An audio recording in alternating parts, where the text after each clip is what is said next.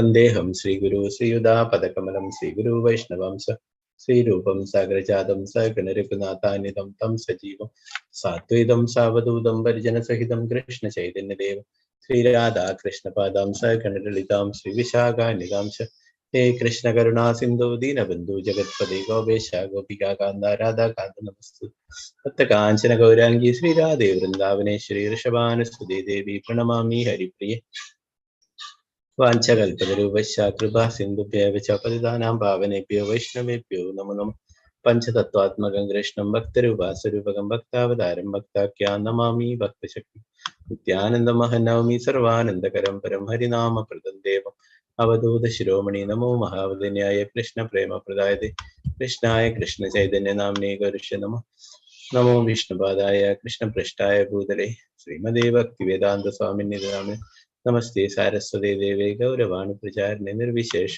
शून्यवादी पाश्चात्य देशधारिणे जय श्री कृष्ण चैतन्य प्रभु नित्यानंद श्री अद्वैत गदाधर श्रीवासादि गौर भक्तवृंद हरे कृष्णा कृष्ण कृष्ण हरे हरे हरे राम राम राम हरे हरे गुरुवे हरिश्चंद्राय राधिकाय तदरे कृष्णाय कृष्ण भक्ताय तत्भक्ताय शिवप्रभुपाद की जय गुरु महाराज की जय गुरु प्रणाम बेरिवर श्रीमद्भागवतम की जय हरे कृष्ण श्रीमद्भागवतम प्रथम स्कंदम अध्याയം 7 ശ്ലോകം 43 മുതൽ 46 വരെയുള്ള ശ്ലോകങ്ങളാണ് നമ്മൾ നോക്കുന്നത്. ഓം നമോ ഭഗവതേ വാസുദേവായ ഓം നമോ ഭഗവതേ വാസുദേവായ ഓം നമോ ഭഗവതേ വാസുദേവായ.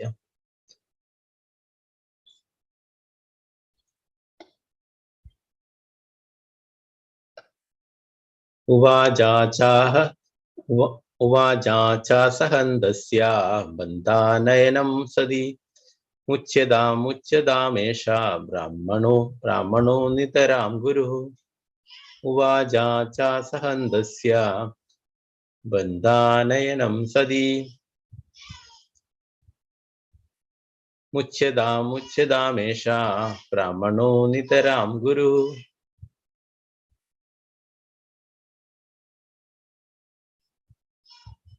उवाचा सहन्दस्य बन्धानयनं सदी मुच्यतामेषा ब्राह्मणो नितरां गुरुः. उवाचा सहन्दस्य बन्धानयनं सदी मुच्यतामेषा ब्राह्मणो नितरां गुरुः.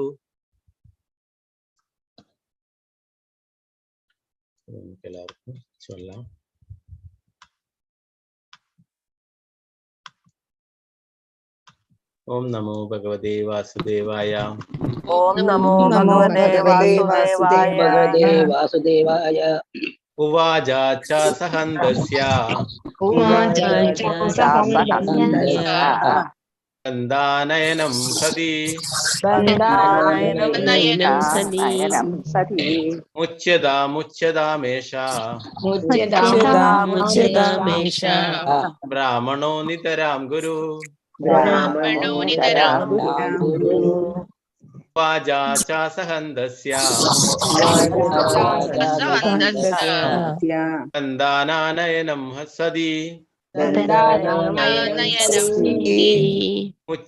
मुच्यतामेषा ब्राह्मणो नितरां गुरुः. उवाचा सहन्दस्य बन्धानयनं सदी मुच्यतामेषा ब्राह्मणो नितरां गुरुः. उवाचा सहन्दस्य बन्धानयनं सदी मुच्यतामेषा ब्राह्मणो नितरां गुरुः. हरे कृष्ण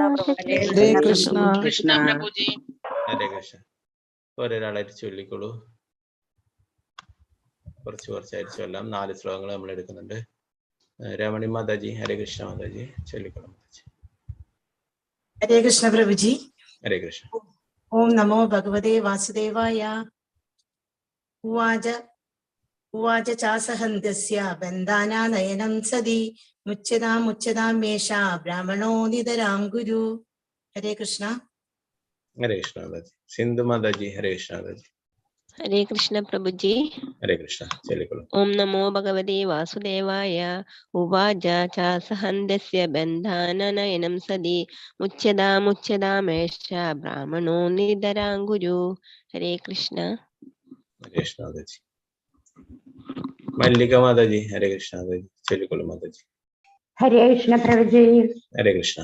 ഓം നമോ ഭഗവതേ വാസുദേവായ.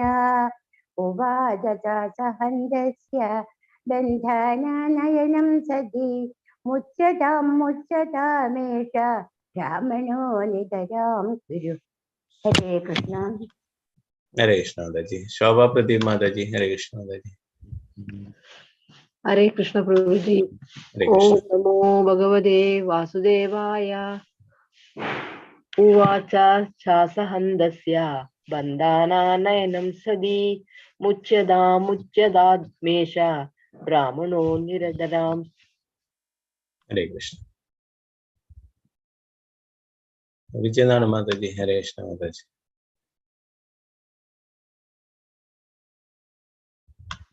അൺമ്യൂട്ട് ചെയ്തു മാതാജി. ഹരേ കൃഷ്ണ പ്രഭുജി. ഓം നമോ ഭഗവതേ വാസുദേവായ. ഉവാച ചാസഹന്തസ്യ ബന്ധാനനയനം സതി മുച്യതാമേഷ ബ്രാഹ്മണോ നിതരാം ഗുരു. ഹരേ കൃഷ്ണ പ്രഭുജി. ഹരേ കൃഷ്ണ മാതാജി. സുവർണപ്രഭ മാതാജി. ഹരേ കൃഷ്ണ മാതാജി. ചൊല്ലിക്കൊള്ളൂ മാതാജി. ഹരേ കൃഷ്ണ. നമോ ഭഗവതേ വാസുദേവായ. ഉവാച ചാസഹന്തസ്യ ബന്ധാനനയനം സതി മുച്യതാമേഷ ബ്രാഹ്മണോ നിതരാം ഗുരുഃ. ഹരേ കൃഷ്ണ. ഹരേ കൃഷ്ണ മാതാജി. നമുക്ക് ഈ ശ്ലോകത്തിന്റെ പ്രധാന പദാർത്ഥം ഉയർത്താൻ നോക്കാം. മറ്റുള്ളവർ കൈ താഴ്ത്തേണ്ട. അടുത്ത ശ്ലോകങ്ങൾ ചൊല്ലാം. ഉവാച അരുളിച്ചതു. ച അസഹന്തി അവൾക്ക് താങ്ങാവുന്നതിനും അധികമായി തീർന്ന അസ്യ അവന്റെ ബന്ധം അനയനം അവനെ കൊണ്ടുവരപ്പെട്ട സ്ത്രീ പ്രതിജ്ഞാർപ്പിതം മുച്യതാം അവനെ ഉടൻ മോചിപ്പിക്കൂ. ഏഷ ഇത് ബ്രാഹ്മണ ഒരു ബ്രാഹ്മണൻ നിതരാം നമ്മുടെ ഗുരു വർത്തനം ഭാവാർത്ഥമേസി ഭക്തി വേദാന്ത സ്വാമി ശ്രീല പ്രഭുപാദിക്ക് ജയ്. അശ്വത്ഥമാവ് കയറുകളാൽ ബന്ധിതനായിരിക്കുന്നത് അവൾക്ക് സഹിക്കാൻ കഴിഞ്ഞില്ല. പ്രതിജ്ഞാർപ്പിതയായ സ്ത്രീ ആകിയാൽ അവർ ഇപ്രകാരം പറഞ്ഞു. അദ്ദേഹത്തെ സ്വതന്ത്രനാക്കൂ. അദ്ദേഹം ബ്രാഹ്മണനാകിയാൽ നമ്മുടെ ഗുരുവാണ്. ഭാവാർത്ഥം ശ്രീല പ്രഭുപാദിക്ക് ജയ്. ദ്രൗപദിയുടെ മുന്നിൽ അശ്വത്ഥമാവിനെ കൊണ്ടുവന്നപ്പോൾ ഒരു ബ്രാഹ്മണൻ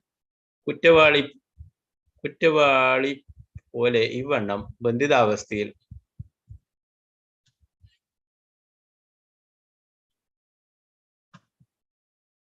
വിശേഷിച്ചും ഗുരുവിന്റെ പുത്രനായ ബ്രാഹ്മണനെ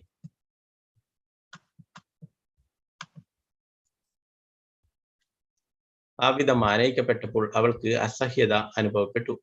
ദ്രോണപുത്രൻ എന്ന് ശരിക്കും മനസ്സിലാക്കിയിട്ട് തന്നെയാണ് അർജുനൻ അശ്വത്ഥമാവിനെ ബന്ധിച്ചത്. അക്കാര്യം കൃഷ്ണനും സുഗ്രാഹ്യമായിരുന്നു. എന്നാൽ തന്നെയും ബ്രാഹ്മണപുത്രൻ എന്ന പരിഗണന കൂടാതെ അവരിരുവരും ഘാതകനെ കുറ്റവാളി എന്ന് വിധിച്ചു. വെളിപ്പെട്ട ധർമ്മശാസ്ത്രങ്ങൾ അനുസരിച്ച് ആത്മീയ ആചാര്യൻ എന്ന പദവിയിൽ അയോഗ്യനെന്ന് സ്വയം തെളിയിച്ച ഒരാൾ ആചാര്യൻ എന്ന നിലയിൽ തിരസ്കരണത്തിന് അർഹനാണ്. ഒരു ഗുരുവിനെ ആചാര്യനെന്നും അഥവാ ശാസ്ത്രങ്ങളുടെ സർവ്വ അന്തസത്തയും സ്വയം സ്വാത്മീകരിക്കുകയും സ്വശിഷ്യന്മാരെ ഉപാധികളെ അനുവർത്തിക്കാൻ സഹായിക്കുകയും ചെയ്യുന്ന ഒരു വ്യക്തി എന്നും വിശേഷിപ്പിക്കാം. ഒരു ബ്രാഹ്മണൻ അഥവാ ആചാര്യൻ എന്ന നിലയിൽ കർത്തവ്യങ്ങൾ നിറവേറ്റുന്നതിൽ അശ്വത്ഥമാവ് പരാജയപ്പെട്ടു. ആകയാൽ ബ്രാഹ്മണൻ എന്ന ഉദാത്ത പദവിയിൽ നിന്നും അശ്വത്ഥമാവ് തിരസ്കരിക്കപ്പെട്ടു. ഈ വസ്തുതകളൊക്കെ പരിചിന്തിക്കയാൽ ഇരുവരും ശ്രീകൃഷ്ണ ഭഗവാനും അർജുനനും അശ്വത്ഥമാവിനെ നീതിപൂർവം ദണ്ഡനാർഹനെന്ന് വിധിച്ചു. എന്നാൽ സദ്ഗുണ സമ്പന്നയായ ദ്രൗപദിയെ പോലുള്ള ഒരു സ്ത്രീ ഈ വസ്തുതകളെ മതാചാരാനുസൃതമായിട്ടാണ് നോക്കിക്കാണുന്നത്. മതാചാരം അനുസരിച്ച് അദ്ദേഹത്തിന്റെ പിതാവിന് നൽകപ്പെട്ട അതേ ആചാര്യ മര്യാദകൾ അശ്വത്ഥമാവിന് നൽകപ്പെട്ടു. അതെന്തുകൊണ്ടെന്നാൽ ഒരു ബ്രാഹ്മണപുത്രനെ യഥാർത്ഥ ബ്രാഹ്മണനായി അംഗീകരിക്കുന്നു. എന്നാൽ ഒരു ബ്രാഹ്മണനെ യോഗ്യത അനുസരിച്ച് വേണം, അല്ലാതെ ബ്രാഹ്മണപുത്രനാകയാൽ മാത്രം ബ്രാഹ്മണനായി അംഗീകരിക്കരുത്. എന്നാൽ ഇവയ്ക്കൊക്കെ പുറമെ അശ്വത്ഥമാവിനെ തൽക്ഷണം സ്വതന്ത്രമാക്കണമെന്ന് തന്റെ നല്ല മനസ്സാൽ അവൾ ആഗ്രഹിച്ചു. ഒരു ഭഗവത് ഭക്തൻ സർവ്വവിധ സ്വകീയ ക്ലേശങ്ങളെയും സഹിക്കുന്നുവെന്ന് ഇത് അർത്ഥമാക്കുന്നു. എങ്കിലും ഒരു ഭക്തൻ മറ്റുള്ളവരോട് സ്വശത്രുവിനോട് പോലും ഒരിക്കലും ക്രൂരമായി പെരുമാറുകയില്ല. ഒരു ശുദ്ധ ഭഗവത് ഭക്തന്റെ സവിശേഷതകളാണ് ഇവയൊക്കെ. ചില പ്രഭാതിക്ക് നാരായണം നമസ്കൃത്യ നരം ചൈവ നരോത്തമം ദേവീം സരസ്വതിം വ്യാസം തതോ ജയമുദിരേ. നഷ്ടപ്രായേഷു ഭദ്രേഷു നിത്യം ഭാഗവത സേവയാ ഭഗവത്യുത്തമ ശ്ലോകേ ഭക്തിർഭവതി നൈഷ്ഠികി.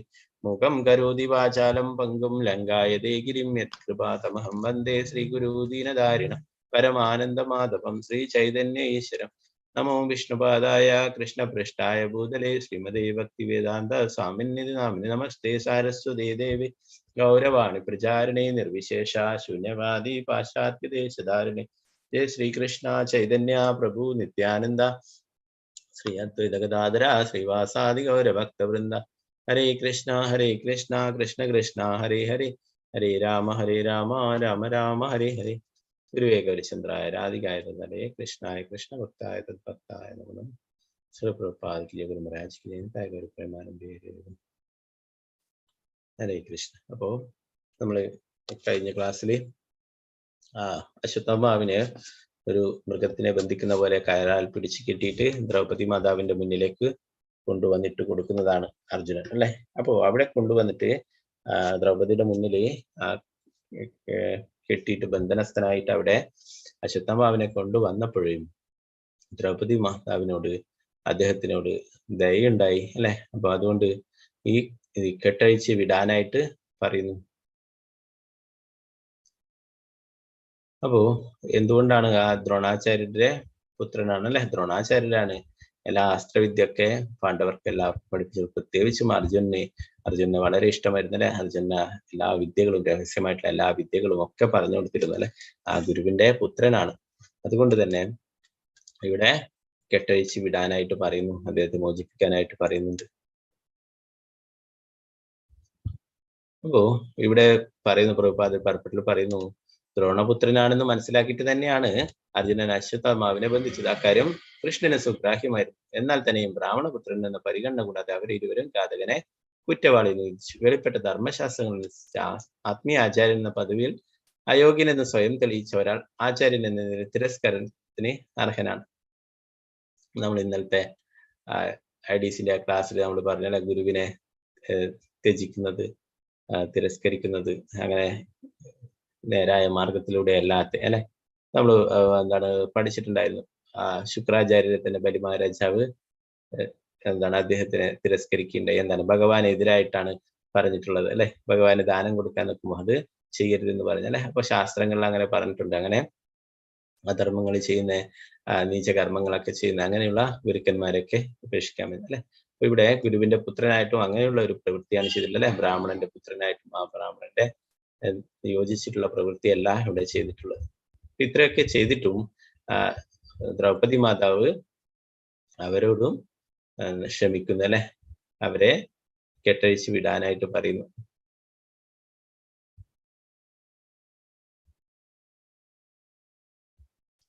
ഇവിടെ പ്രഭുപാദർ പറയുന്നു, ഒരു ബ്രാഹ്മണനെ യോഗ്യത അനുസരിച്ച് വേണം അംഗീകരിക്കാൻ, അല്ലാതെ ബ്രാഹ്മണപുത്രനാകിയാൽ മാത്രം ബ്രാഹ്മണനായി അംഗീകരിക്കരുത്, അല്ലെ? നമ്മൾ നേരത്തെ ഉദാഹരണം പ്രഭുപാദർ പറയുന്ന ഉദാഹരണം തന്നെ പഠിച്ചിട്ടുണ്ടായിരുന്നു, അല്ലെ? ഒരു ഹൈക്കോടതി ജഡ്ജി, അല്ലെ? അദ്ദേഹം ജഡ്ജിയാണ്, എന്നാൽ അദ്ദേഹത്തിന്റെ മകൻ ജഡ്ജായിട്ട് നമുക്ക് പറയാൻ സാധിക്കില്ല, അല്ലെ? അദ്ദേഹത്തിനെ ജഡ്ജിന്റെ മകനായതുകൊണ്ട് തന്നെ അദ്ദേഹത്തിന് ബഹുമാനങ്ങളൊക്കെ നൽകും, അല്ലെ? അദ്ദേഹം ഒരിക്കലും ജഡ്ജല്ല, അല്ലെ? ജഡ്ജാവേണ്ടിക്ക് അദ്ദേഹം പഠിച്ചിട്ടൊക്കെ എല്ലാം പരീക്ഷയൊക്കെ എഴുതി അങ്ങനെ പാസ്സാവണം, അല്ലെ? അല്ലാതെ അദ്ദേഹത്തിന്റെ ഹൈക്കോടതി ജഡ്ജിന്റെ മകനാണെന്ന് പറഞ്ഞത് കൊണ്ട് മാത്രം ജഡ്ജാവില്ല, അല്ലെ? അതുപോലെ തന്നെ ബ്രാഹ്മണന്റെ പുത്രനാണെന്ന് പറഞ്ഞ ആ ക്വാളിറ്റി ഒന്നും, ആ ഗുണങ്ങളൊന്നും ഇല്ലെങ്കിൽ ബ്രാഹ്മണനായിട്ട് അംഗീകരിക്കാൻ പാടില്ല, അല്ലെ? നമ്മൾ ഭഗവത്ഗീതയിൽ തന്നെ പഠിച്ചിട്ടുണ്ട്, അല്ലെ? ചാതുർവർണ്ണം മയാ സൃഷ്ടം ഗുണകർമ്മ വിഭാഗശ എന്ന് പറഞ്ഞു, അല്ലെ? ഗുണത്തിന്റെയും കർമ്മത്തിന്റെയും അടിസ്ഥാനത്തിലാണ് 4 വിഭാഗങ്ങളെ സൃഷ്ടിച്ചത്.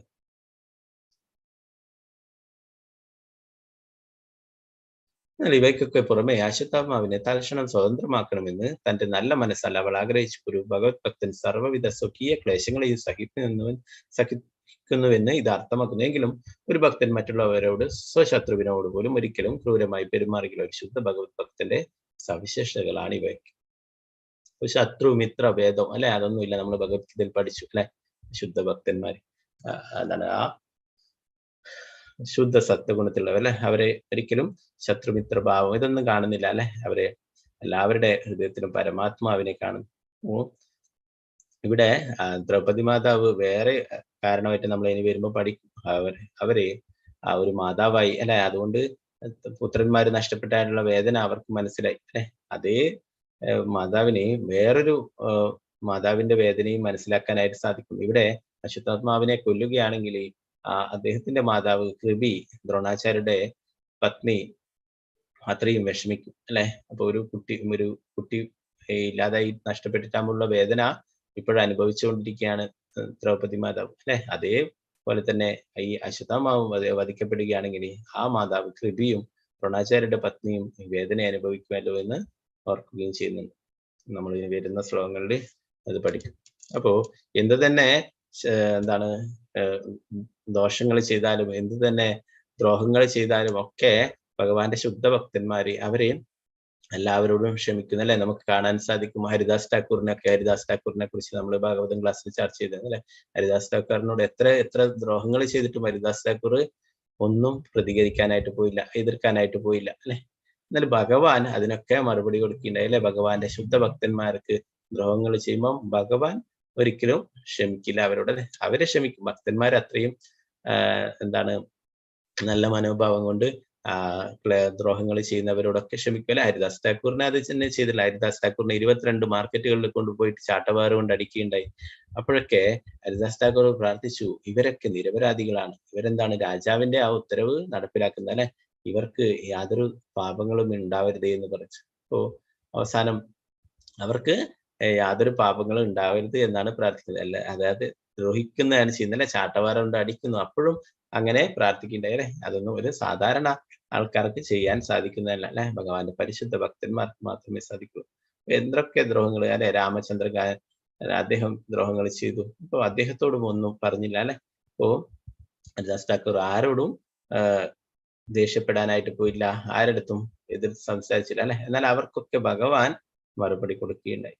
അപ്പൊ അതാണ് ഭഗവാനോട് ചെയ്യുന്ന ദ്രോഹങ്ങൾ, ഭഗവാനോട് ചെയ്യുന്ന തെറ്റായിട്ടുള്ള കാര്യങ്ങളൊക്കെ ഭഗവാന് പ്രശ്നമില്ല, ഭഗവാൻ അതൊക്കെ ക്ഷമിക്കും. എന്നാൽ ഭഗവാന്റെ പരിശുദ്ധ ഭക്തന്മാരോട് ചെയ്യുന്ന അപരാധങ്ങൾ അത് ഭഗവാൻ ഒരിക്കലും സഹിക്കുകയില്ല, പൊറുക്കുകയില്ല അല്ലെ. അത് ധാരാളം ഉദാഹരണങ്ങൾ അല്ലെ. അംബരീഷ് മഹാരാജാവിന്റെ ദുർവാസ മുനിയായാലും അങ്ങനെ ധാരാളം ആൾക്കാരെ നമുക്ക് കാണാൻ സാധിക്കും. ഭഗവാന്റെ പരിശുദ്ധ ഭക്തന്മാരെ ഭഗവാൻ സംരക്ഷിക്കുകയും അവരെ ദ്രോഹിച്ചിട്ടുള്ളവർക്ക് തക്ക ശിക്ഷ ഭഗവാൻ തന്നെ നൽകുകയും ചെയ്യുന്നുണ്ട്.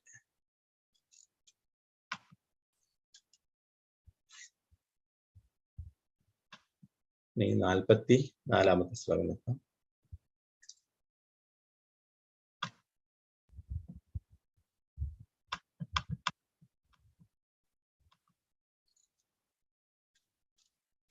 ഓം നമോ ഭഗവതേ വാസുദേവായ. ഓം നമോ ഭഗവതേ വാസുദേവായ. ഓം നമോ ഭഗവതേ വാസുദേവായ. സരഹസ്യോധനുർവേദ സവിസർഗോപസംയമഃ അസ്ത്രഗ്രാമശ്ച ഭവതാ ശിക്ഷിതോ യദനുഗ്രഹാൽ. സരഹസ്യോധനുർവേദ സവിസർഗോപസംയമഃ അസ്ത്രഗ്രാമശ്ച ഭവതാ ശിക്ഷിതോ യദനുഗ്രഹാൽ. സരഹസ്യോധനുർവേദ സവിസർഗോപസംയമഃ അസ്ത്രഗ്രാമശ്ച ഭവതാ ശിക്ഷിതോ യദനുഗ്രഹാൽ. സരഹസ്യോധനുർവേദ സവിസർഗോപസംയമഃ അസ്ത്രഗ്രാമശ്ച ഭവതാ ശിക്ഷിതോ യദനുഗ്രഹാൽ. ഹരേ കൃഷ്ണ. നേരത്തെ ചൊല്ലാൻ ബാക്കിയുള്ളവർ ചൊല്ലിക്കൊള്ളൂ. രാജി മാതാജി. ഹരേ കൃഷ്ണ മാതാജി ചൊല്ലിക്കൊള്ളൂ മാതാജി. ഹരേ കൃഷ്ണ പ്രഭുജി. ഹരേ കൃഷ്ണ. ഓം നമോ ഭഗവതേ വാസുദേവായ. സരഹസ്യോധനുർവേദ സവിസർഗോപസംയമഃ അസ്ത്രഗ്രാമഞ്ച ഭവതാ ശിക്ഷ്യതോ യദനുഗ്രഹാൽ. ഹരേ കൃഷ്ണ പ്രഭുജി. മിനി മാതാജി. ഹരേ കൃഷ്ണ മാതാജി. ഹരേ കൃഷ്ണ പ്രഭുജി. ഹരേ ഓം കൃഷ്ണ. നമോ ഭഗവതേ വാസുദേവായ. സരഹസ്യോധനുർവേദ സവിസർഗോപസംയമഃ അസ്ത്രഗ്രാമശ്ച ഭവതാ ശിക്ഷിതോ യദനുഗ്രഹാൽ. ഹരേ കൃഷ്ണ പ്രഭുജി. ഹരേ കൃഷ്ണ മാതാജി. മിനി മാതാജി. ഹരേ കൃഷ്ണ മാതാജി ചൊല്ലിക്കൊള്ളൂ മാതാജി. ഹരേ കൃഷ്ണ പ്രഭുജി. ഹരേ കൃഷ്ണ. ഓം നമോ ഭഗവതേ വാസുദേവായ. सरहस्योदनुर्वेदः सविसर्गोपसंयमः अस्त्रग्रामश्च भवता चिषिदो यदनुग्रहान्। हरे कृष्ण। हरे कृष्ण माताजी। तंगमणि माताजी हरे कृष्ण माताजी। चलिए माताजी। हरे कृष्णा प्रभु जी। हरे कृष्ण। ओम नमो भगवते वासुदेवाय। सरहस्योदनुर्वेद सविसर्गोपसंयमः अस्त्रग्रामश्च भवता शिक्षितो यदनुग्रहात्। हरे कृष्णा। हरे कृष्ण माताजी। शारदा माताजी हरे कृष्ण माताजी। हरे कृष्ण प्रभु। चलिए। ओम नमो भगवते वासुदेवाय। सरहस्योदनुर्वेद सविसर्गोपसंयमः अस्त्रग्रामश्च भवता शिक्षितो यदनुग्रहात्। हरे कृष्ण प्रभु। हरे कृष्ण माताजी।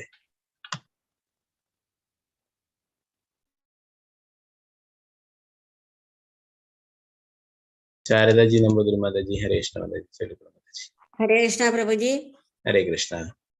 ओम नमो भगवते वासुदेवाय। सरहस्योदनुर्वेद सविसर्गोपसंयमः अस्त्रग्रामश्च भवता शिक्षितो यदनुग्रहात्। हरे कृष्ण। हरे कृष्ण माताजी। श्रीजा विजय माताजी हरे कृष्ण माताजी। हरे हरे कृष्ण प्रभु जी। ओम नमो भगवते वासुदेवाय। सरहस्योधनुर्वेद सविसर्गोपसंयमः अस्त्रग्रामश्च भवता शिक्षितो यदनुग्रहात्। हरे कृष्ण। हरे कृष्ण माताजी। रामचंद्र प्रभु हरे कृष्ण प्रभु। हरे कृष्ण। ओम नमो भगवते वासुदेवाय। सरहस्योधनुर्वेदः संसर्गोपसंयमः अस्त्रग्रामश्च भवता शिक्षितो यदनुग्रहात्। हरे कृष्ण। हरे कृष्ण प्रभु। वत्सला शाजी माताजी हरे कृष्ण माताजी। हरे कृष्ण प्रभु जी। चलिए। ओम नमो भगवते वासुदेवाय। सरहस्यो धनुर्वेदः सविसर्गोपसंयमः अस्त्रग्रामश्च भवता शिक्षितो यदनुग्रहात्। हरे कृष्ण। हरे कृष्ण माताजी. നമുക്ക് ഈ ശ്ലോകത്തിന്റെ പദാനുപദാർത്ഥം വിവർത്തനം ഭാവാർത്ഥം നോക്കാം. മറ്റുള്ളവർക്ക് അടുത്ത ശ്ലോകങ്ങൾ ചൊല്ലാം. സ രഹസ്യ അതീവ രഹസ്യമായ ധനുവേദ അസ്ത്രശാസ്ത്ര വിദ്യകളിൽ അഥവാ ധനുർവേദം സവിസർഗ അയക്കുന്നു, ഉപസംയമ നിയന്ത്രിക്കുന്നു, അസ്ത്ര ആയുധങ്ങൾ, ഗ്രാമ എല്ലാവിധ, ച ഭവത സ്വയം അങ്ങാൽ, ശിക്ഷിത അഭ്യാസിക്കപ്പെട്ട, യൽ ആരുടെ, അനുഗ്രഹത്താൽ അഥവാ കൃപയാൽ. വിവർത്തനം ഭാവാർത്ഥം എസി ഭക്തിവേദാന്ത സ്വാമി ശ്രീ പ്രഭുപാദിക്ക് ജയ്. ദ്രോണാചാര്യരുടെ അനുഗ്രഹത്താലാണ് അങ്ങ് ആയോധന കലയായ അസ്ത്രവിദ്യയും ആയുധങ്ങളെ വരുതിയിലാക്കാനുള്ള പരമരഹസ്യമായ കലയും അഭ്യസിച്ചത്. ദ്രൗപദി ദേവി അർജുനോട് പറയുകയാണ്, അല്ലെ, ദ്രോണാചാര്യരുടെ അനുഗ്രഹത്താലാണ് അങ്ങ് ആയോധന കലയായ അസ്ത്രവിദ്യയും ആയുധങ്ങളെ വരുതിയിലാക്കാനുള്ള പരമരഹസ്യമായിട്ടുള്ള കലയും അഭ്യസിച്ചത്. അല്ലെ, അർജുനോട് പ്രത്യേക സ്നേഹമുണ്ടായിരുന്നു. അല്ലെ, അർജുനെ രഹസ്യമായിട്ടുള്ള കുറെ കാര്യങ്ങൾ പഠിപ്പിച്ചു കൊടുത്തിട്ടുണ്ടായിരുന്നു. ഭാവാർത്ഥം ശ്രീ പ്രഭുപാദിക്ക് ജയ്. ധനുർവേദം അഥവാ ആയോധന ശാസ്ത്രം വേദമന്ത്രങ്ങളാൽ അസ്ത്രശസ്ത്രങ്ങളെ പ്രയോഗിക്കുന്നതിനും നിയന്ത്രിക്കുന്നതിനുമുള്ള വിദ്യ, അതിന്റെ സർവ്വരഹസ്യങ്ങളോടും കൂടി ദ്രോണാചാര്യൻ അർജുനെ അഭ്യസിപ്പിച്ചു. അതിവിപുലമായ ആയോധന ശാസ്ത്രം മൂർത്തമായ ആയുധങ്ങളെ ആശ്രയിച്ചിരിക്കുന്നു. എന്നാൽ വേദമന്ത്രങ്ങളാൽ പൂരിതമായ അസ്ത്രവിദ്യ മൂർത്തമായ ഭൗതിക ആയുധവിദ്യയേക്കാൾ മേൽത്തരമാണ്. അവ സ്ഥൂലമായ യന്ത്രത്തോക്കുകളെക്കാളും അണുബോംബുകളെക്കാളും അധികം ഫലവത്തായി പ്രവർത്തിക്കുന്നു. അവയുടെ നിയന്ത്രണം വേദമന്ത്രങ്ങളാൽ അഥവാ അതീന്ദ്രിയ ശബ്ദ ശാസ്ത്രത്താലാകുന്നു. ശ്രീരാമചന്ദ്ര ഭഗവാന്റെ പിതാവായ ശ്രീ ദശരഥ മഹാരാജാവ് ശബ്ദത്താൽ അസ്ത്രങ്ങളെ നിയന്ത്രിച്ചിരുന്നുവെന്ന് രാമായണത്തിൽ പ്രസ്താവിച്ചിരിക്കുന്നു. അദ്ദേഹത്തിന് വസ്തുവിനെ ദർശിക്കാതെ ശബ്ദത്താൽ ശ്രവിച്ചു മാത്രം അസ്ത്രമയച്ച് ലക്ഷ്യത്തെ ഭേദിക്കാൻ കഴിയുമായിരുന്നു. ആകയാൽ ആധുനിക കാലത്ത് ഉപയോഗിക്കുന്ന അതിസ്ഥൂലമായ ഭൗതിക സൈനിക ആയുധങ്ങളെക്കാൾ അധികതരമായ സൂക്ഷ്മവേദിയായ ആയോധന ശാസ്ത്രമാണിത്. അർജുനനെ ആചാര്യൻ ഇവയൊക്കെ അഭ്യസിപ്പിച്ചു.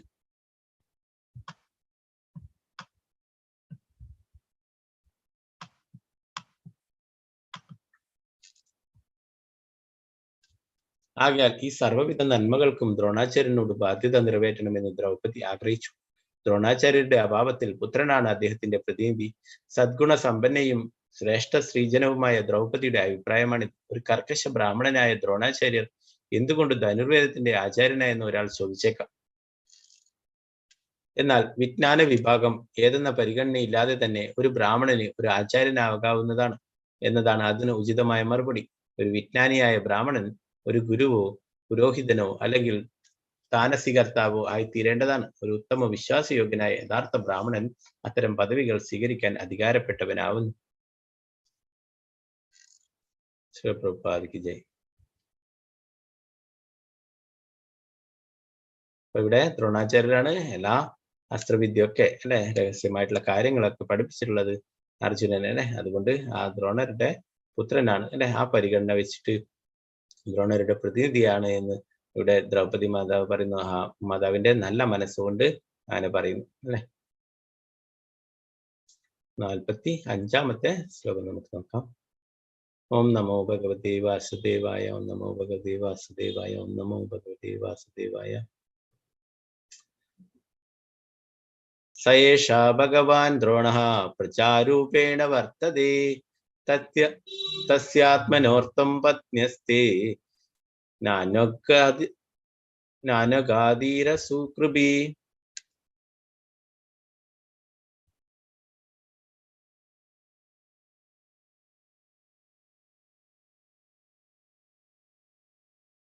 സയേഷാ ഭഗവാൻ ദ്രോണ പ്രജാരൂപേണ വർത്തതേ തസ്യാത്മനോർത്ഥം പത്ന്യാസ്തേ നാനഗാദീരസൂകൃഭി.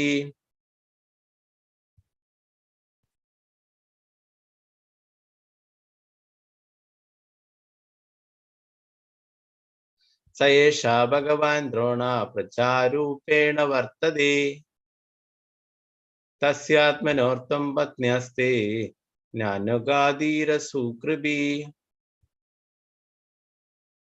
നേരത്തെ ചൊല്ലാം, ബാക്കിയുള്ളവർ ചൊല്ലും. ഹരേ കൃഷ്ണ. മാലതി മാതാജി. ഹരേ കൃഷ്ണ മാതാജി ചൊല്ലിക്കൊള്ളു. ഹരേ കൃഷ്ണ പ്രഭുജി.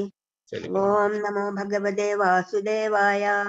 സ ഏഷ ഭഗവാൻ ദ്രോണ പ്രജാരൂപേണ വർത്തതേ തസ്യാത്മനോർത്ഥം പത്ന്യസ്തേ നാനാഗാദീരസൂകൃഭി. ഹരേ കൃഷ്ണ പ്രഭുജി. ഹരേ കൃഷ്ണ മാതാജി. സെൽവ സുരേഷ്. ഹരേ കൃഷ്ണ പ്രഭു ചൊല്ലിക്കൊള്ളു. ഹരേ കൃഷ്ണ പ്രഭുജി. ഓം നമോ ഭഗവതേ വാസുദേവായ. സ ഏഷാ ഭഗവാൻ ദ്രോണ പ്രജാരൂപേണ വർത്തതേ തസ്യാത്മനോർത്ഥം പത്ന്യസ്തേ നാനാഗാദീരസൂകൃഭി. ഹരേ കൃഷ്ണ. ഹരേ കൃഷ്ണ പ്രഭു. സതിദേവി അമ്മ മാതാജി. ഹരേ കൃഷ്ണ മാതാജി ചൊല്ലിക്കൊള്ളു. ഹരേ കൃഷ്ണ പ്രഭുജി. ഹരേ കൃഷ്ണ. ഹരേ കൃഷ്ണ. ഓം നമോ ഭഗവതേ വാസുദേവായ. സ ഏഷ ഭഗവാൻ ദ്രോണഃ പ്രജാരൂപേണ വർത്തതേ തസ്യാത്മനോ അർദ്ധം പത്ന്യസ്തേ നാന്വാഗാദ്വീരസൂകൃഭി. ഹരേ കൃഷ്ണ പ്രഭുജി. ഹരേ കൃഷ്ണ. ഭാരതി അമ്മ മാതാജി. ഹരേ കൃഷ്ണ മാതാജി ചൊല്ലിക്കൊള്ളു മാതാജി. ഹരേ കൃഷ്ണ പ്രഭുജി. ഹരേ കൃഷ്ണ. ഓം നമോ ഭഗവതേ വാസുദേവായ. സ ഏഷ ഭഗവാൻ ദ്രോണ പ്രജാരൂപേണ വർത്തതേ തസ്യാത്മനോർത്ഥം പത്ന്യസ്തേ നാനുഗാദീരസൂകൃഭി. ഹരേ കൃഷ്ണ. ഹരേ കൃഷ്ണ മാതാജി. അനിതകുമാരി മാതാജി. ഹരേ കൃഷ്ണ മാതാജി ചൊല്ലിക്കൊള്ളു മാതാജി. ഹരേ കൃഷ്ണ. ഓം നമോ ഭഗവതേ വാസുദേവായ. സ ഏഷ ഭഗവാൻ ദ്രോണ പ്രജാരൂപേണ വർത്തതേ തസ്യാത്മനോ അർത്ഥം പത്ന്യസ്തേ നാനാഗാദീരസൂകൃഭി. ഹരേ കൃഷ്ണ. ഹരേ കൃഷ്ണ. ബിന്ദു ഭവാനി അമ്മ മാതാജി. ഹരേ കൃഷ്ണ മാതാജി ചൊല്ലിക്കൊള്ളു മാതാജി. ഹരേ കൃഷ്ണ പ്രഭുജി. ചൊല്ലിക്കൊള്ളു. ഓം നമോ ഭഗവതേ വാസുദേവായ. സ ഏഷ ഭഗവാൻ ദ്രോണ പ്രജാരൂപേണ വർത്തതേ തസ്യാത്മനോ അർത്ഥം പത്ന്യസ്തേ നാനാഗാദീരസൂകൃഭി. ഹരേ കൃഷ്ണ പ്രഭു. ഹരേ കൃഷ്ണ. ഓക്കെ, നമുക്ക് ഈ ശ്ലോകത്തിന്റെ പദാനുപദാർത്ഥം വിവർത്തനം നോക്കാം. ഒരു ശ്ലോകം കൂടിയുണ്ട്, അത് മറ്റുള്ളവർക്കൊക്കെ ചൊല്ലാം. സാ അദ്ദേഹം, ഏഷ നിശ്ചയമായും, ഭഗവാൻ ദ്രോണാചാര്യ പ്രജാരൂപേണ അദ്ദേഹത്തിന്റെ പുത്രനായ അശ്വത്ഥാത്മാവിന്റെ രൂപത്തിൽ വർത്തതി നിലനിൽക്കുന്നു. തസ്യ അദ്ദേഹത്തിന്റെ ആത്മന ശരീരത്തിൽ അർദ്ധം പകുതി പത്നി ഭാര്യ ആസ്തി ജീവിക്കുന്നു. ഇല്ല അൻവകാൽ ബാധിതപ്പെട്ടു അഥവാ നിർവഹിച്ചു. വീരസു പുത്രൻ ജീവിച്ചിരിക്കയാൽ കൃപി കൃപാചാര്യരുടെ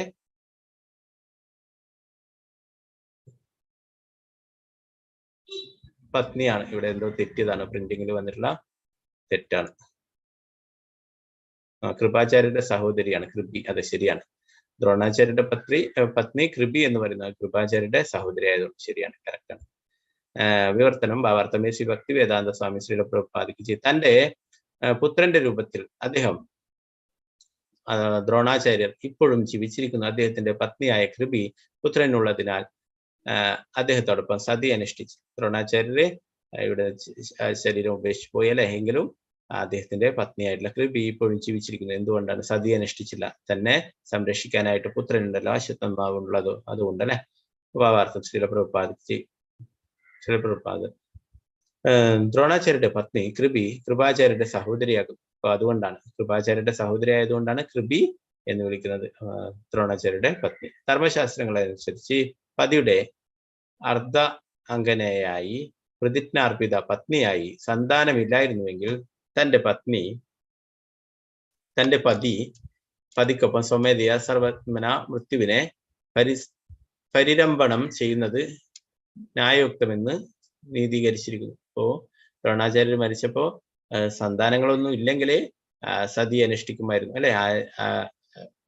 അതിന്റെ അഗ്നിയിൽ ചാടിയിട്ട് തന്നെ ജീവൻ എടുക്കുന്ന ഒരു സമ്പ്രദായം പഴയ കാലത്തുണ്ടായിരുന്നു അല്ലെ. അപ്പോ അങ്ങനെ ചെയ്യുമായിരുന്നു. എന്നാലും ഒരു പുത്രൻ ഉള്ളത് കൊണ്ട്, തന്നെ സംരക്ഷിക്കാനായിട്ട് ഒരു പുത്രൻ ഉള്ളത് കൊണ്ട് അത് ചെയ്തിട്ടുണ്ടായിരുന്നില്ല.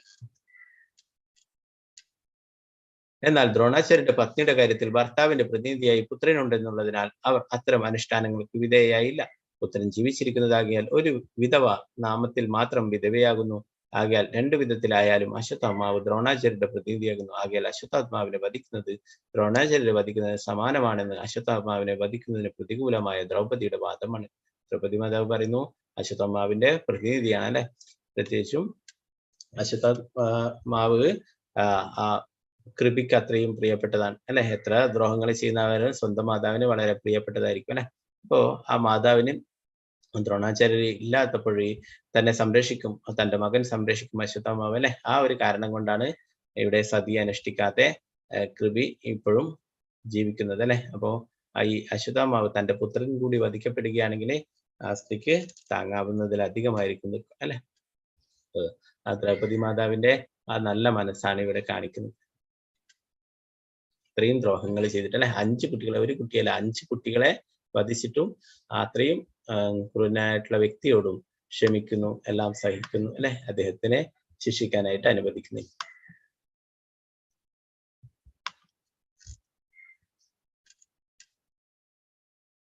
നാൽപ്പത്തി 6ാമത്തെ ശ്ലോകം.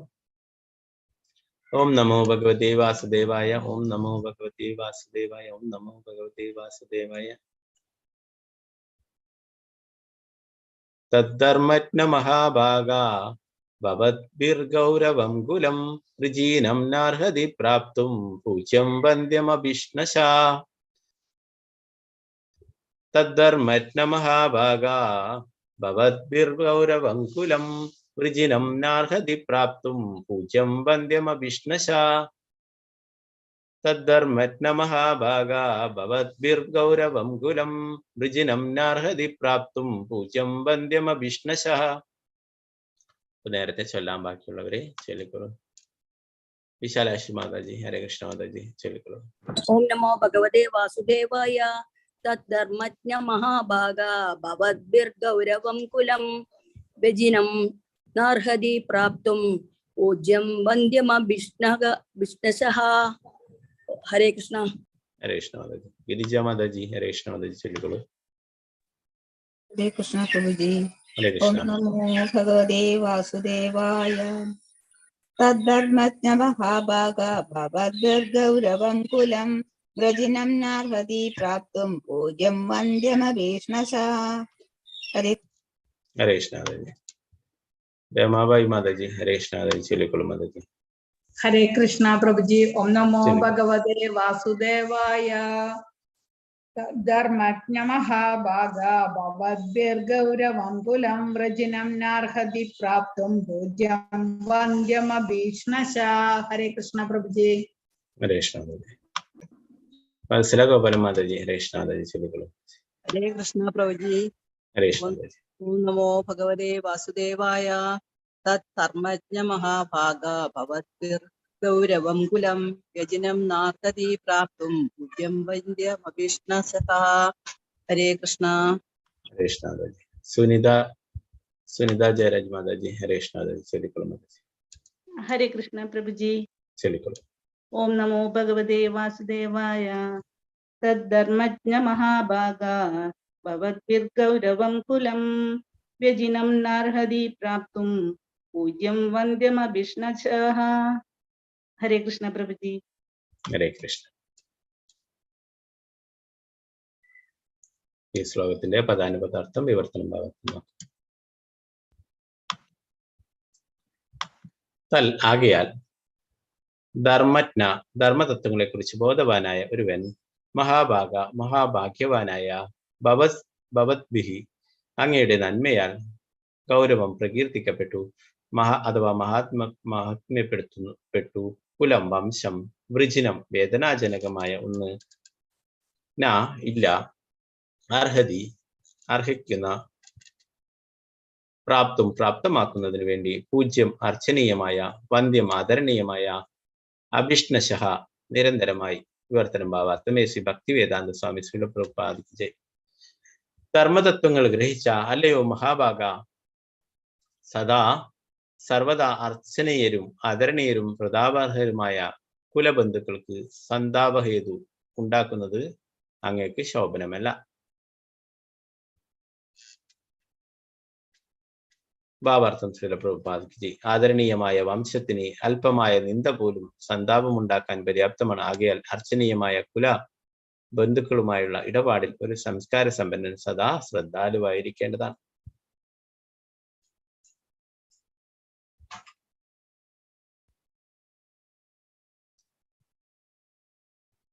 ഹരേ കൃഷ്ണ. അപ്പോ ദ്രൗപദി മാതാവിന്റെ കാരുണ്യന്തയ അല്ലെ, എത്രയൊക്കെ ദ്രോഹങ്ങൾ ചെയ്തിട്ടും ആ ദ്രോഹിയെ വെറുതെ വിടാനായിട്ട് പറയുന്നത് അല്ലെ. അതാണ് ഭഗവാന്റെ പരിശുദ്ധ ഭക്തന്മാര് എത്ര ദ്രോഹങ്ങൾ ചെയ്താലും അവരോട് പോലും ക്ഷമിക്കും അല്ലെ. അതാണ് ചൈതന്യ മഹാപ്രഭുവും പറഞ്ഞിട്ടുള്ള തൃണാതപി സുനീചന തരോരിവർ സഹിഷ്ണുനാമാനിന മാനതേന കീർത്തനീയ സദാഹരി. നമ്മളൊരു പുൽക്കൊടിയേക്കാളും ക്ഷമയോടെയും അല്ലെ, ആ ഒരു മരത്തെക്കാളും സഹനശക്തിയോടും ഒക്കെ മറ്റുള്ളവർക്ക് എല്ലാ ബഹുമാനങ്ങളും നൽകുക അല്ലെ. നമ്മൾ തിരിച്ചൊന്നും ആരിൽ നിന്നും ഒന്നും പ്രതീക്ഷിക്കാതെ മറ്റുള്ളവർക്ക് എല്ലാ ബഹുമാനവും നൽകുക അല്ലെ. ഭഗവാന്റെ പരിശുദ്ധ നാമം ജപിക്കാനായിട്ടാണ് ചൈതന്യ മഹാപ്രഭു നമുക്കൊക്കെ നൽകുന്ന ഉപദേശങ്ങൾ പറയും. ഹരേ കൃഷ്ണ. അപ്പൊ 8 മണിക്ക് വേറൊരു ക്ലാസ് നടക്കേണ്ടതുണ്ട്. അപ്പൊ നമുക്ക് മറ്റുള്ള ശ്ലോകങ്ങളൊക്കെ ഇനി അടുത്ത ക്ലാസ്സിൽ ചർച്ച ചെയ്യാം. എല്ലാവർക്കും നന്ദി. വഞ്ചകൽപതരൂപശ കൃപാസിന്ധുഭ്യേവ പദദാനം പാവനേഭ്യോ വൈഷ്ണവേഭ്യോ നമോ നമഃ. അനന്തപുരി വൈഷ്ണവവൃന്ദേ ശ്രീ പ്രഭുപാദത്തിന്റെ ഗന്ധരായ ശ്രീമദ് ഭാഗവതം കി ജയ്. ഹരേ കൃഷ്ണ. അപ്പൊ ഇന്ന് വേറൊരു പ്രധാനപ്പെട്ട ദിവസം കൂടിയാണ്. പ്രഭുപാദര് അമേരിക്കയിൽ എത്തിയിട്ടുള്ള ദിവസമാണ്. നമ്മള് പ്രഭുപാദരെ കുറിച്ചുള്ള ഭഗവത്ഗീത ക്ലാസ്സിലൊക്കെ ചർച്ച ചെയ്തിരുന്നല്ലേ. അത്രയും കഷ്ടങ്ങൾ സഹിച്ചിട്ടാണ് ജലദൂത എന്ന ചരക്ക് കപ്പലിൽ 1.5 മാസത്തോളം എടുത്തിട്ടാണ് അമേരിക്കയിൽ എത്തിച്ചേർന്നിട്ടുള്ളത് അല്ലെ. അമേരിക്കയിൽ ബോസ്റ്റൺ എന്ന സ്ഥലത്ത് നമ്മൾ പറഞ്ഞു. അതിന്റെ ഇടയിൽ നമ്മുടെ കേരളത്തിലും എത്തിയിട്ടുണ്ടായിരുന്നു പ്രഭുപാദർ അല്ലെ. ഇവിടുന്നാണ് ശ്രീമദ് ഭാഗവതം അമേരിക്കയിലേക്ക് കൊണ്ടുപോയിട്ടുള്ളത്. ബോംബെയിൽ നിന്നും ശ്രീമദ് ഭാഗവതം പ്രിന്റ് ചെയ്ത് കിട്ടാനായിട്ട് 1 ദിവസം എടുത്തു. അപ്പോ പ്രഭുപാദര് ആ കൽക്കത്തയിൽ നിന്ന് പുറപ്പെട്ട യാത്ര ഇവിടെ കൊച്ചിയിൽ മട്ടാഞ്ചേരി, പണ്ട് കൊച്ചി തുറമുഖമല്ല മട്ടാഞ്ചേരി തുറമുഖത്ത് അവിടെ 1 ദിവസം കാത്തു നിൽക്കുകയുണ്ടായി ആ ശ്രീമദ് ഭാഗവതം അതിന്റെ പ്രിന്റ് കിട്ടാനായിട്ട്.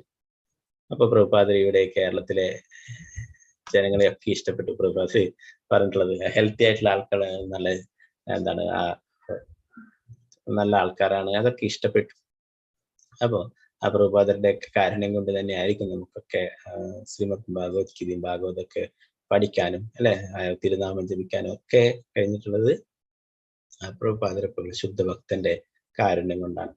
പ്രഭുപാദര് എല്ലാവരോടും അല്ലെ നമ്മൾ പറഞ്ഞു എല്ലാവരോടും ദയ കാണിക്കുന്നത്. നമ്മളുമായിട്ട് യാതൊരു നേരിട്ടുള്ള പരിചയം ഉണ്ടാവില്ല അല്ലെ, എന്നാൽ എല്ലാ ജീവാത്മാക്കളും പ്രഭുപാദർ ദയ കാണിക്കുന്നു. പ്രഭുപാദരാണ് അദ്ദേഹത്തിന്റെ ശിഷ്യന്മാരൊക്കെ നമ്മളടുത്തേക്ക് അയക്കുന്നത്, നമുക്കൊക്കെ സത്സംഗങ്ങൾ നൽകുന്നതും ഒക്കെ. അപ്പൊ ആ പ്രഭുപാദര് അമേരിക്കയിൽ എത്തിച്ചേർന്നിട്ടുള്ള ദിവസമാണിന്ന്. ആ പ്രഭുപാദര് ഇവിടെ ഇന്ത്യയിൽ തന്നെ കൃഷ്ണാബോധം പ്രചരിപ്പിക്കുക എന്ന് പറയുന്നത് വളരെ ഡിഫിക്കൽട്ട് ആയിട്ടുള്ള കാര്യമായിരുന്നു അല്ലെ. എന്താണ്, എല്ലാവരും അറിയാം, ആരോട് ചോദിച്ചാലും അതൊക്കെ ഭഗവത്ഗീത എനിക്കറിയാം, ഭാഗവതം എനിക്കറിയാം, നിങ്ങൾ പോടെ എന്ന് പറയും അല്ലെ. അങ്ങനത്തെ ഒരിതാണ്. അപ്പോ അത്ര പോലും ഇവിടെ സ്വീകരിക്കപ്പെടാത്ത അല്ലെ, അവിടുത്തെ നിന്നാണ് പ്രഭുപാദര് ആ ഗുരുവിന്റെ നിർദ്ദേശങ്ങൾ നടപ്പിലാക്കാനായിട്ട് അമേരിക്കയിലേക്ക് പോയി.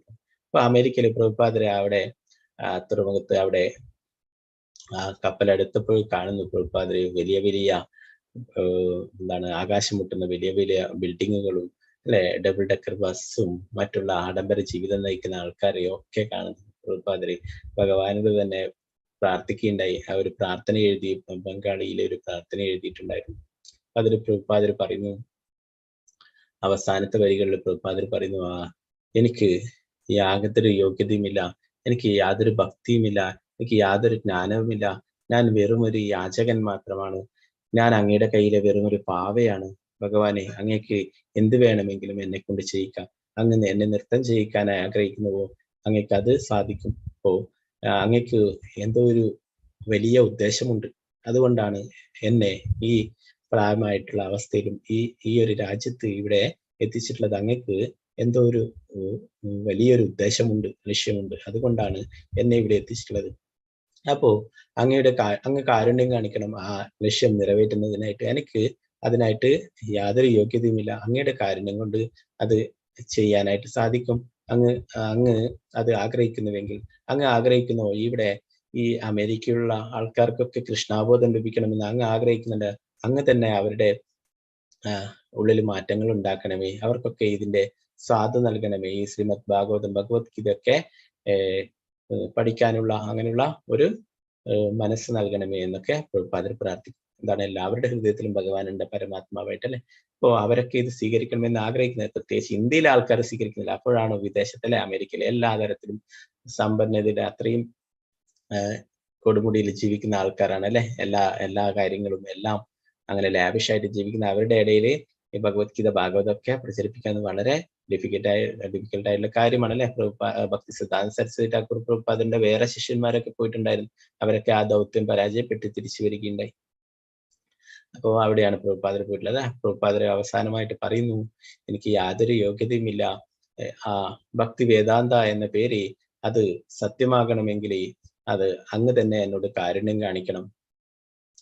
എനിക്ക് യാതൊരു യോഗ്യതയുമില്ല, എങ്കിലും എനിക്ക് പൂർണ്ണ വിശ്വാസമുണ്ട് അങ്ങയുടെ തിരുനാമത്തിൽ, അങ്ങയുടെ പൂർണ്ണമായിട്ടുള്ള വിശ്വാസമുണ്ട് എന്ന് പ്രഭുപാദർ പറയുന്നു. ഭഗവാനിലും ഭഗവാന്റെ തിരുനാമത്തിലും പ്രഭുപാദർക്ക് പൂർണ്ണ വിശ്വാസം ഉണ്ടായിരുന്നു. പ്രഭുപാദര് വേറെ എനിക്ക് യാതൊരു യോഗ്യതയുമില്ല എന്ന് പറയും. അപ്പോ അങ്ങനെയാണ് പ്രഭുപാദർ പ്രാർത്ഥിക്കുന്നത്. എത്രയോ ഗ്രന്ഥങ്ങള് സംസ്കൃതത്തിൽ നിന്നും ബംഗാളിയിൽ നിന്നൊക്കെ ഇംഗ്ലീഷിലേക്കൊക്കെ ട്രാൻസ്ഫർ ചെയ്തു, മറ്റുള്ള ഭാഷയിലേക്കും ട്രാൻസ്ലേറ്റ് ചെയ്തു.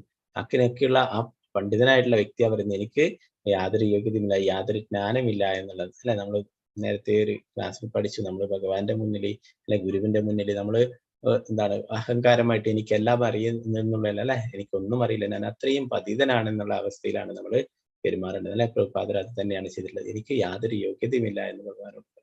അപ്പൊ ആ ഷിപ്പിൽ വെച്ചിട്ട് പ്രഭുപാദർക്ക് 2 പ്രാവശ്യം ഹൃദയാഘാതം ഉണ്ടായി.